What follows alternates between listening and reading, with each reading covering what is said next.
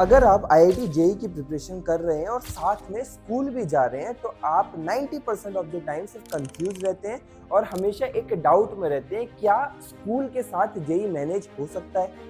और स्पेसिफिकली जो जेईई 2028 के एस्पिरेंट्स हैं उनको अब अप्रैल में जून जुलाई 4-5 महीने हो गए हैं स्कूल और जेईई को बैलेंस करते वक्त। अब उन्हें बहुत अजीब लग रहा है, बिल्कुल ऐसे हिलती जुलती प्रिपरेशन चल रही है, कभी स्कूल से बहुत प्रेशर आ जा रहा है, कभी कोचिंग से बहुत प्रेशर आ जा रहा है एंड समझ में ही नहीं आ रहा है कि भाई स्कूल और जेईई ये मैनेज करके क्या ये आईआईटी नाम की बला हमें मिल सकती है या नहीं मिल सकती। तो आज के वीडियो में इस पर ही डिस्कस करेंगे how to manage the best ways to manage school and JEE preparation. But भैया एक बार honestly as my mentor as my big brother ये तो बताओ पॉसिबल भी होता है, ये तो बताओ कि किसी ने निकाला है या नहीं निकाला है। देखो आंसर बहुत सिंपल है, मैं आपको एक स्टोरी से बताता हूँ। मैं जब जेईई के लिए प्रिपेयर कर रहा था तो मेरी कोचिंग में एक स्टूडेंट था, मेरे स्कूलमेट भी था एंड मेरे से नहीं हुआ तो ऑनेस्टली स्पीकिंग मैं बेसिकली नॉन स्कूलिंग पर चला गया एंड मैं बहुत कम स्कूल जाता था। बट वो फुल टाइम स्कूल किया उसने, वो भी मेरा स्कूल जो one of the most hardest to survive school होता है बिकॉज 75% अटेंडेंस नहीं, 80% अटेंडेंस नहीं होती है, बहुत सारे असाइनमेंट्स देते हैं एंड जो टिपिकल वो स्कूल वाले टीचर होते हैं ना जो जेईई से नफरत करते हैं वैसे टीचर्स हुआ करते थे। तब भी वो बंदे ने प्रिपरेशन करी, 2 साल प्रिपरेशन करी, बोर्ड में भी 90% से ज़्यादा मार्क्स लेके आए और 1200 समथिंग की उसकी रैंक आई थी आईआईटी में और ही वेंट टू आईआईटी कानपुर। ये रियल एग्जाम्पल है, रियल एग्जाम्पल। अगर आप देखोगे लोग सही तरीके यूज करते हैं, सही टेक्निक्स यूज करते हैं तो निकाल लेते हैं। सारा फर्क और सारी चीज जो है ना वो अप्रोच में है, इसलिए वो राइट अप्रोच कि वो कौन से बेस्ट वेज है उस पर हम देखने जा रहे हैं, ठीक है। लेकिन उससे पहले समझते हैं कि भाई रूट कॉज क्या है, why JEE is tough with school. और उससे पहले कमेंट में एक मैनिफेस्टेशन करते हैं कि अगर आप स्कूल के साथ जेईई मैनेज कर रहे हैं सबसे पहले तो खुद को आप बताओ कि भाई JEE is possible with school, ठीक है, ताकि आप ये डीमोटिवेशन के ट्रैप से बाहर निकलो और आपको समझ में आए कि भाई हाँ हो जाता है ये एग्ज़ाम क्रैक, पॉसिबल भी है। इट्स जस्ट दैट कि मुझे थोड़ी ज़्यादा मेहनत करनी है, उसके अलावा कुछ फ़र्क नहीं पड़ेगा। अब क्यों टफ हो जाता है उसके पीछे जानते हैं। देखो आईआईटी जेईई एक रिगोरस एग्जामिनेशन है, राइट। इस रिगोरस एग्जामिनेशन में ना एक फोकस की बहुत ज़्यादा नीड होती है और जब आप स्कूल के साथ जेईई करते हो ना फुल टाइम तो आपके फोकस डिवाइडेड बहुत है, ठीक है। आपका फोकस स्कूल में डिवाइडेड है, फिर आपके फोकस असाइनमेंट एंड होमवर्क में डिवाइडेड है, फिर आपका फोकस कोचिंग में डिवाइडेड है, फिर आपको सेल्फ स्टडी भी करनी है, राइट। तो बस इस वजह से, इस रीज़न से आपका जेईई डिफ़िकल्ट हो जाता है स्कूल के साथ, ठीक है। एंड दूसरा जो रीज़न है वो बेसिकली अगर आपने स्मार्ट अप्रोचेस यूज़ नहीं किए तो आपका डेली बेसिस पे 6 to 8 आवर्स का एंगेजमेंट चला जा रहा है। अगर आप इसको मैथमेटिकली देखोगे तो 24 घंटे हैं दिन के। अगर आप सोने के से फॉर एग्जांपल आप आइडियल से 7 घंटे सो रहे हो तो 17 घंटे बच रहे हैं। 17 घंटे में लगभग 3 से 4 घंटे एनी डे आपके बाकी नॉर्मल टास्क में, खाने में, पीने में चले ही जाते हैं। तो कितने घंटे बच रहे हैं? 13 घंटे बच रहे हैं। 13 घंटे का ऑलमोस्ट ये 50% है। आप जितना आपके पास इफेक्टिवली आईआईटी देने का समय बच रहा था उसका इफेक्टिवली 50% आप स्कूल पे दे रहे हो। तो बेसिकली अगर ये हमारा रामू है और ये हमारा श्यामू है, रामू स्कूल जा रहा है, श्यामू स्कूल नहीं जा रहा है, तो ये बेसिकली इसके पास अगर 100% टाइम है जेईई को देने के लिए तो इसके पास 50% टाइम ही है। मतलब आधे टाइम में उसको उसके साथ compete करना है, तो ऑब्वियसली डिफिकल्ट होगा। इसलिए जेईई टफ है स्कूल के साथ, ये मानना भी जरूरी है, ठीक है। अब आगे बढ़ते हैं कि कैसे इस चीज को सॉल्व किया जाएगा। और मैं आपको एंड में इस वीडियो के अगर आप रुकते हो ये भी बता दूंगा कि ये हाइपोथेसिस जो मैंने अपनी आपको लॉजिकली मैथ से समझाई है ये रॉन्ग भी प्रूफ होती है। इसको मैं रॉन्ग भी प्रूफ कर दूंगा बट अभी नहीं बताना चाहता। अभी पहले मैं आपको ये बताना चाहता हूँ कि कैसे मैनेज किया जाए ढंग से। ठीक है। इसलिए ऐसे एक्सपीरियंस ओरिएंटेड टिप्स के लिए जल्दी से फॉलो कर लो, जल्दी से सब्सक्राइब कर लो। तो में से बहुत सारे लोग वीडियो देखते हैं बस सब्सक्राइब नहीं करते। सब्सक्राइब करो प्लस हाइप भी करो, ताकि तुम्हारे वो जो फ्रेंड्स हैं जो परेशान हैं इस चीज़ को लेकर कि भाई उनका जेई नहीं निकल रहा है और स्कूल से बहुत तंग आ गए, उनको भी एक मदद होगी।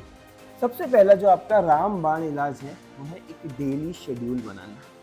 आपका एक फिक्स्ड डेली शेड्यूल होना चाहिए, बिकॉज आपकी अगर ये प्लेट है ना, ठीक है, आपकी इस प्लेट पे देखो ना कितनी सारी चीज़ें डेली बेसिस पे है। आपको स्कूल जाना है, आपको कोचिंग जाना है, आपको बेसिकली बीपीपी करनी है, आपको सेल्फ स्टडी करनी है, आपके अगर पुराने बैकलॉग हो गए तो वो कवर करना है। इतनी सारी चीज़ें ऑन अ डेली बेसिस आप बिना एक शेड्यूल के कर ही नहीं सकते। Schedule is very much important if you have to focus on so many things. इसलिए मैं हमेशा आपको बोलता हूँ, अगर आपने मेरी पुरानी वीडियोस भी देखी होंगी, आपका 2 तरीके का आप शेड्यूल बहुत जल्दी से फिक्स कर लें। एक है जिस दिन आपका स्कूल प्लस कोचिंग है, और जिस दिन आपका या तो कोचिंग है या फिर नथिंग, मतलब हॉलीडे है, दोनों का हॉलीडे है। 2 तरीके से आपके फोकस होना चाहिए, 2 तरीके का शेड्यूल होना चाहिए। जिस दिन आपका स्कूल प्लस कोचिंग है, आपका objective just nothing to miss होना चाहिए। कोई ऐसा चीज़ नहीं हो जानी चाहिए जिसको आप मिस कर दो। बस आपको कुछ मिस नहीं करना है इस दिन, ठीक है। इस दिन आपका फोकस बस इतना है कि मैं आज के काम आज कर लूँ, ठीक है। बैकलॉग ना बनाओ क्यों? क्योंकि देखो इसका एक डेमो टाइम टेबल यहाँ निकाल देते हैं। आपसे फॉर एग्जांपल 7 बजे उठे, ठीक है, आज 7 बजे उठे, आप इन अ वे 2 बजे तक जैसे स्कूल में टाइम काट लोगे, 2 से 3 आप लंच कर लोगे, 3 बजे से 7 बजे तक आप कोचिंग में टाइम निकाल लोगे। थोड़ा बहुत ऊपर नीचे हो सकता है। अब आपके पास 7 से 12 बज रहे हैं, क्योंकि 7 घंटे की नींद भी है। ये 5 घंटे में 3 hour study plus 2 hour break और खाने के अलावा कुछ नहीं कर सकते। तो इफेक्टिवली आपके पास कितने घंटे? सिर्फ 3 आवर्स। इफेक्टिवली आपके पास सिर्फ 3 आवर्स हैं पढ़ाई के लिए, और 3 घंटे में रैंक नहीं बना सकते हो। आप सिर्फ कोप अप कर सकते हो, आज का काम आज कर सकते हो। इसलिए ये करना है। ये आपके लिए डेमो टाइम टेबल भी है। आप इसके अलावा बाकी सब कुछ फैंसी है। जिस दिन कोचिंग नहीं है तो उस दिन ये आपका 7 से 2 कितना होता है, 7 5 12 8 घंटे का स्लॉट फ्री हो जाता है। तो अगर नीचे का हम सब कुछ भी सेम रखें तो 3 + 8 आवर्स, इसमें इफेक्टिवली अगर ये कितना हुआ 11 आवर्स, तो इसमें ऑब्वियसली 8 आवर्स की स्टडी निकल सकती है। अब 8 घंटे की पढ़ाई बहुत इनफ होती है। 8 घंटे में आप हर सब्जेक्ट को 2-2 घंटे भी दे दोगे, बैकलॉग को भी 1 घंटा दे दोगे, रिवीजन को भी 1 घंटा दे दोगे, तब भी आपके पास बहुत समय होगा। तो जिस दिन कोचिंग नहीं है उस दिन रैंक क्रिएट होती है, उस दिन प्रैक्टिस होती है, उस दिन टेस्ट देने होते हैं, ठीक है, उस दिन रिगोरस सेल्फ स्टडी करनी होती है। ये आपको शेड्यूल में बहुत अच्छे से ध्यान रखना है। लोग ध्यान नहीं रखते हैं, एंड ऐसे कोई बता नहीं सकता इंस्टेंटेनियसली, क्योंकि उसके लिए एक्सपीरियंस लगता है। इसलिए मैं आपको बोल रहा हूँ कि इस एक्सपीरियंस की आपको कदर करनी चाहिए और अपने राइट मेंटर्स चूज करने चाहिए। और स्टिक टू वन मेंटर यार, मल्टीपल लोग कुछ अलग नहीं बनाने। मैंने भी वही आईआईटी निकाला है, किसी और ने भी वही आईआईटी निकाला है, शायद किसी ने नहीं भी निकाला है। जिसका दिमाग में बैठ रहा है ना, उसका अकेले बैठ के उसका ही सुना करो, 50 लोगों के पीछे मत भागा करो। Try to avoid coaching backlog after school. अब ये देखो बहुत इंपॉर्टेंट पॉइंट है। अगर हम बैलेंस की बात करें, ठीक है, तो आपको ना एक ऐसे बैलेंस करना है स्कूल और कोचिंग को, ठीक है। अब आपका पता है क्या केस होता है, आपका किसी दिन या तो स्कूल का पल्ला बहुत भारी हो जाता है, आप स्कूल में बहुत ज़्यादा आपने टाइम दे दिया और ये पल्ला ऊपर हो गया कोचिंग का, और उस दिन आपने कोचिंग मिस कर दी। और किसी दिन आपने कोचिंग का पल्ला इतना भारी हो गया कि आपने स्कूल मिस कर दिया और आपका वहाँ पे दिक्कत हो गई। आपको पूरा इसको शेड्यूल के वाइज बैलेंस करना है। मेरा स्कूल, थोड़ा समझो इस बात को, मेरा स्कूल में कुछ भी हो रहा हो 2 बजे के बाद, once the school is over, then मेरा जेई मोड चालू हो गया। आपको आपके दिन को डिवाइड करना पड़ेगा। ये अगर आपका पूरा दिन है, ये आपका स्कूल मोड चल रहा है, ये आपका जेई मोड चल रहा है। जेई मोड में अगर कुछ खराब है तो लेट इट बी। स्कूल वाले मोड का कुछ भी खराब है वो इधर नहीं आना चाहिए। आपको इस बात का ध्यान रखना है। देन आरपीटी रूल को हमेशा फोकस में रखना है। आरपीटी रूल क्या है? Revise practice test.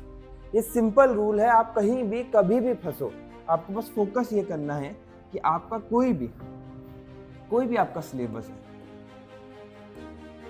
चाहे वो स्कूल में कवर कराया हो, चाहे वो कोचिंग में कवर कराया हो, आपको बस 3 चीजों पर फोकस करना है। Revise practice test, revise practice test, revise practice test. अब वो रिवीजन कभी आप स्कूल में कर लो, कोई दिक्कत नहीं है।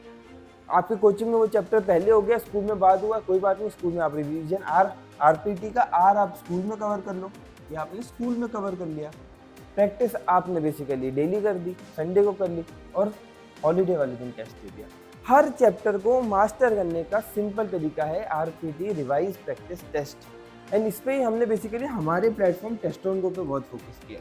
अगर आप जेईई 2028 की भी प्रिपरेशन कर रहे हैं, आप इसको एक्सप्लोर कर रहे हैं। इसमें फुल सिलेबस टेस्ट के अलावा हम 999 उसमें हम पूरा बंडल दे रहे हैं आपको। 10,000 से ज़्यादा क्वेश्चन दे रहे हैं, सारे PYQs को CBT मोड में दे रहे हैं।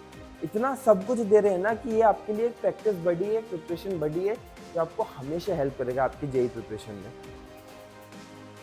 Use school gaps smartly. अब जो मेरा 50% वाला थ्योरी थी ना, मैं उसको अब रॉन्ग प्रूव करने वाला हूँ। मैं बताता हूँ कैसे। आपके साल में 365 डेज होते हैं इन अ ईयर। इसमें स्कूल इफेक्टिवली ना 220 दिन ओपन होता है, ठीक है, आप कहीं भी रिसर्च कर लेना। इसमें आपको 75% अटेंडेंस मेंटेन करनी है मोस्ट ऑफ द स्कूल में। एंड 75 के ऊपर उंगली करें तो आप प्लीज़ पेरेंट्स को इन्वॉल्व करके इस चीज़ को करें कि हाँ भाई मेरा बच्चा 75% अटेंडेंस देगा, उसके अलावा कुछ नहीं है, ठीक है। तो ये कितना होता है? 220 इंटू 3/4, 5 जा 5 3 जा 15 कैरी ओवर 165 डेज। तो 165 डेज आपको स्कूल जाना है। तो नेट फ्री डेज कितने हुए? 365 माइनस 165, 200 दिन। अरे भाई 50% का डिफरेंस नहीं है उस बच्चे में जो स्कूल नहीं कर रहा है और वो बच्चे जो स्कूल कर रहा है, वो सिर्फ 165 दिन का डिफरेंस है साल में।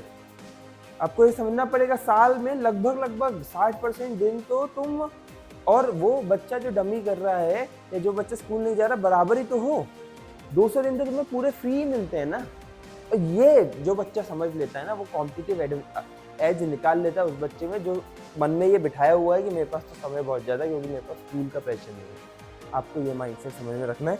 बाय मैथ्स आपको समझा दिया मैंने। आपके पास 200 दिन ऐसे हैं पूरे साल में जिस दिन आप और वो बच्चा बिल्कुल सेम है, ठीक है। तो आपको आपकी प्रायोरिटी समझनी पड़ेगी। कंक्लूडिंग नोट्स बता रहा हूँ, स्कूल से परेशान मत। तो first of all, school versus non school वाले जो बच्चा है वो 50% पीछे नहीं है, वो सिर्फ 165 दिन उसके पास थोड़ा ज़्यादा काम है। और ऐसा नहीं है कि ये पूरा 165 दिन बचा हुआ है, अरे इसके पास भी तो प्रैक्टिकल्स आएंगे, फाइल्स आएंगी, 50 चीज़ें आएंगी, ठीक है, पहली चीज़। दूसरी चीज़, आपको समझना पड़ेगा कि जेईई जो है वो एक सुपर सेट है स्कूल के सिलेबस का। तो आपकी प्रायोरिटी जेईई है। अगर जेईई कर लोगे, अगर जेईई में क्वाड्रेटिक इक्वेशन पढ़ लिए तो स्कूल वाले ऐसा क्या रॉकेट साइंस दे देंगे। आपको समझना पड़ेगा जेईई सुपर सेट है, ठीक है। आपकी प्रायोरिटी जिस दिन क्लियर होगी ना, मेरी प्रायोरिटी जेईई है, तो उस दिन वो स्कूल के टीचर का डांटना डपटना भी आपको उतना बुरा नहीं लगेगा। उस दिन आप चीज़ों को मैनेज करेंगे, उस दिन आप छुट्टी लेने पर भी फोकस करेंगे, उस दिन आप बेसिकली स्कूल में जेईई के क्वेश्चंस को सॉल्व करने में फोकस करेंगे, PYQ लगा लेंगे, मैनेज कर लेंगे। जिस दिन आपको पता चल गया कि आपकी प्रायोरिटी क्या है, अपनी प्रायोरिटी को समझें। इस तरीके से आप schedule, bifurcated schedule, realistic school days में सिर्फ स्कूल जाना, इस चीज़ को सब करोगे तो आप स्कूल के साथ जेईई को बहुत अच्छे से मैनेज कर लोगे। मिलते हैं अगली वीडियो में। Till then keep working hard, और जो भी डाउट है मुझे कमेंट में जरूर पूछ लो।